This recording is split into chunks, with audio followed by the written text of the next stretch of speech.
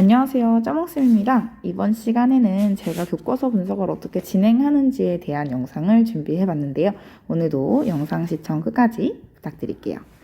자, 교과서 분석을 실제로 시험 문제를 준비하실 때 초반에 많이 하실 거라고 예상이 돼요. 저도 초반에 이제 다양한 선생님들과 함께 교과서 분석을 진행을 했는데요. 사실 교과서 분석에서의 가장 중요한 점은 교과서를 통해서 모형을 연결하고요. 이거를 통해 시험 문제를 제작하는 게 가장 중요한 부분이다라고 볼 수 있습니다. 물론 시험 문제를 제작하고 안 하고는 본인의 선택 사항이기는 해요. 근데 저 같은 경우는 시험 문제를 제작을 함으로써 출제자 입장에서 2차 시험 대비를 할 수 있었기 때문에 보다 효과적이지 않았나라는 생각이 들고 있습니다. 그래서 여러분들에게도 시험 문제 제작을 통해서 좀 더 출제자 입장에서 2차 시험을 접근하시기를 추천드리고 있는 거죠. 자, 그 다음에 교과서 분석을 했으면 그거에 대한 개념을 같이 파악하면 도움이 된다. 근데 사실 이 개념 파악 같은 경우는 일일이 정리를 해서 파악을 하지는 않았고요.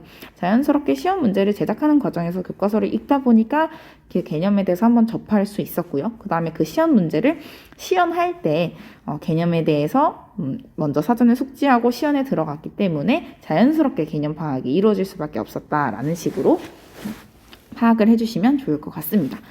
자, 그렇다면 제가 어떻게 교과서 분석을 진행하는지 그 부분에 대해서 좀 더 자세하게 안내를 드리도록 할게요.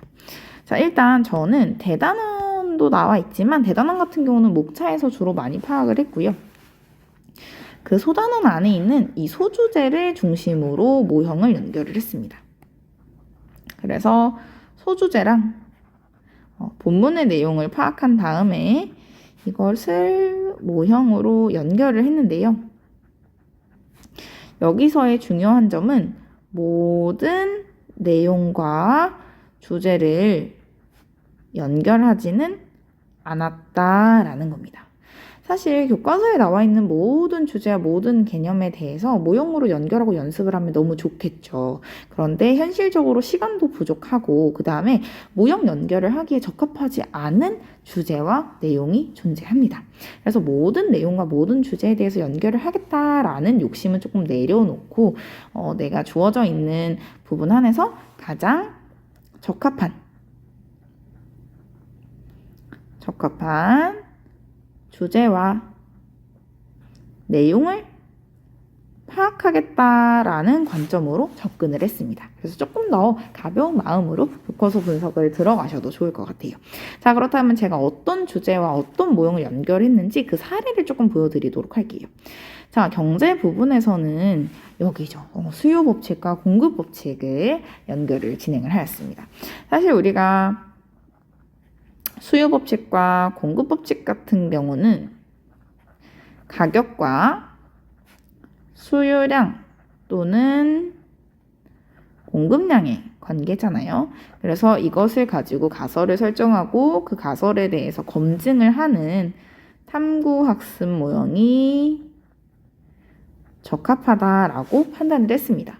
그래서 실제로 여기 본문의 내용을 보면 가격이 상승하면 수요량을 줄이고 반대로 가격이 하락하면 수요량을 늘린다. 즉 가격과 수요량의 관계에 대한 수요 법칙이 나와 있고요. 그 다음에 가격이 상승하면 공급을 늘리고 가격이 하락하면 공급량을 줄인다 라고 할 수 있는 가격과 공급량의 관계에 대한 법칙들이 나와 있죠. 그래서 이것을 가지고 가설을 설정하고 그것을 검증하는 탐구학습을 제작해서 진행을 하였습니다. 그래서 교과서를 통해서 이렇게 탐구학습 모형을 연결하고 그 다음에 교과서에 혹시나 탐구학습을 만들 때 시험 문제를 만들 때 필요한 자료가 뭐가 있는지 자료를 활용하는 거죠. 그래서 여기 교과서에 나와 있는 자료를 보면요. 떡볶이의 사례가 나와 있는데요. 그래프로 이렇게 나타냈다라는 사례가 있는 거죠. 그럼 이것은 당연히 수요 법칙을 검증하는 자료로 활용하기 아주 적합하고요. 여기에 나와 있는 거는 공급 법칙을 검증하는 자료로 활용하기 아주 적합하다라는 거죠. 자, 그런데 여기서 중요한 점은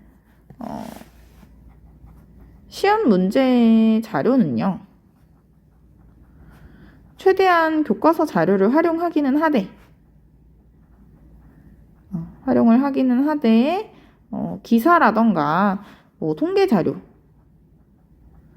같은 외부 자료를 추가하는 것도 얼마든지 좋다라는 것을 반드시 염두에 두시면 좋을 것 같아요. 그래서 꼭 교과서에서만 자료를 찾으려고 하지 마시고 외부에서도 내가 얼마든지 필요한 경우에 한해서는 교과서가 아닌 자료를 추가해도 좋다라는 것들을 생각하고 시험 문제를 제작하신다면 보다 조금 더 편안하게 시험 문제를 제작할 수 있을 것 같습니다.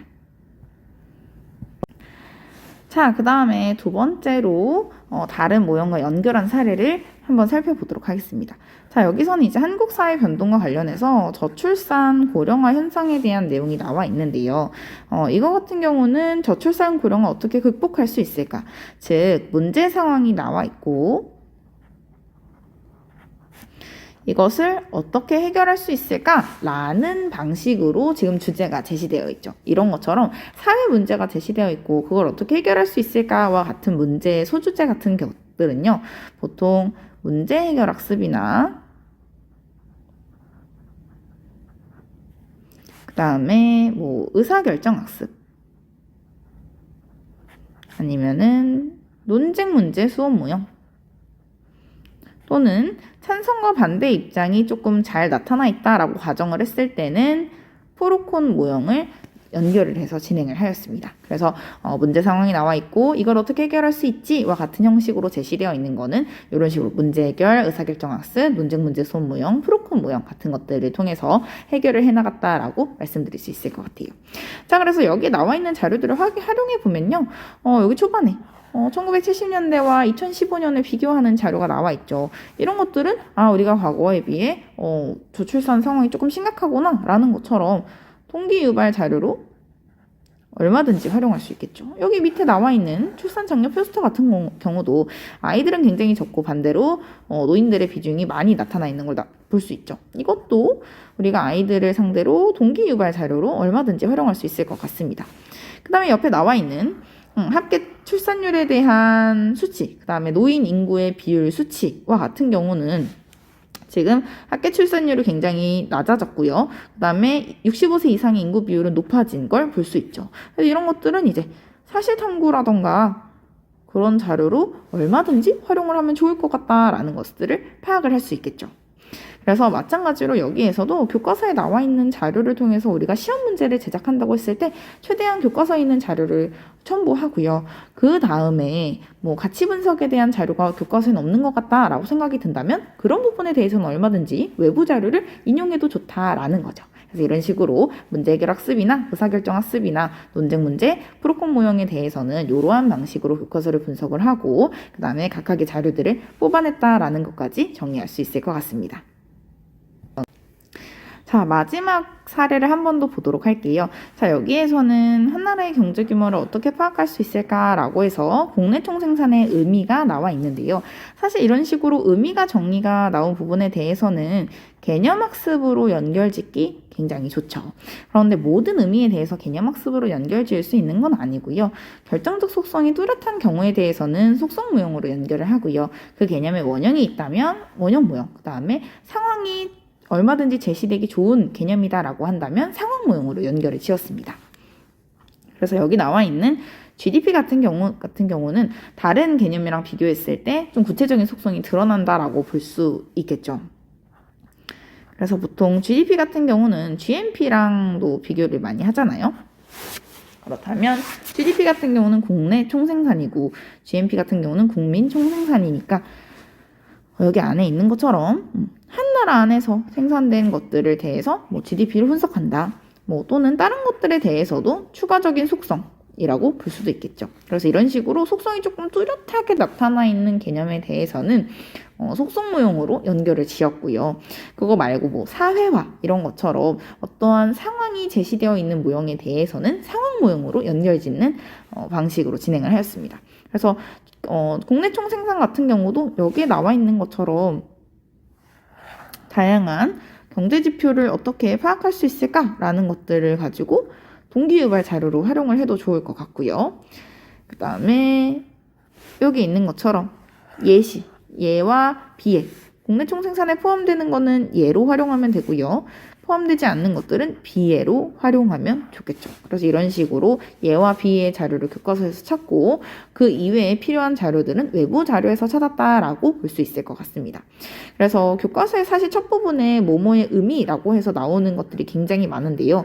이걸 모두 다 개념학습으로 연결 지으려고 하기보다는 적합하고 속성이 뚜렷하게 나타나는 것 같다라고 생각되는 부분에 대해서는 속성무용으로 넣고 아니다 이거는 상황이 조금 잘 제시되어 있는 것 같은데 라고 본다면 상황 모형으로 제시하거나 이것들은 하나의 원형으로 봐도 좋겠어 라고 싶은 것들은 원형 모형으로 넣으면 되겠죠. 그리고 이 세 개에도 뭔가 넣기 애매하다 잘 모르겠다 싶은 것들은 과감하게 모형 연결을 하지 않았습니다.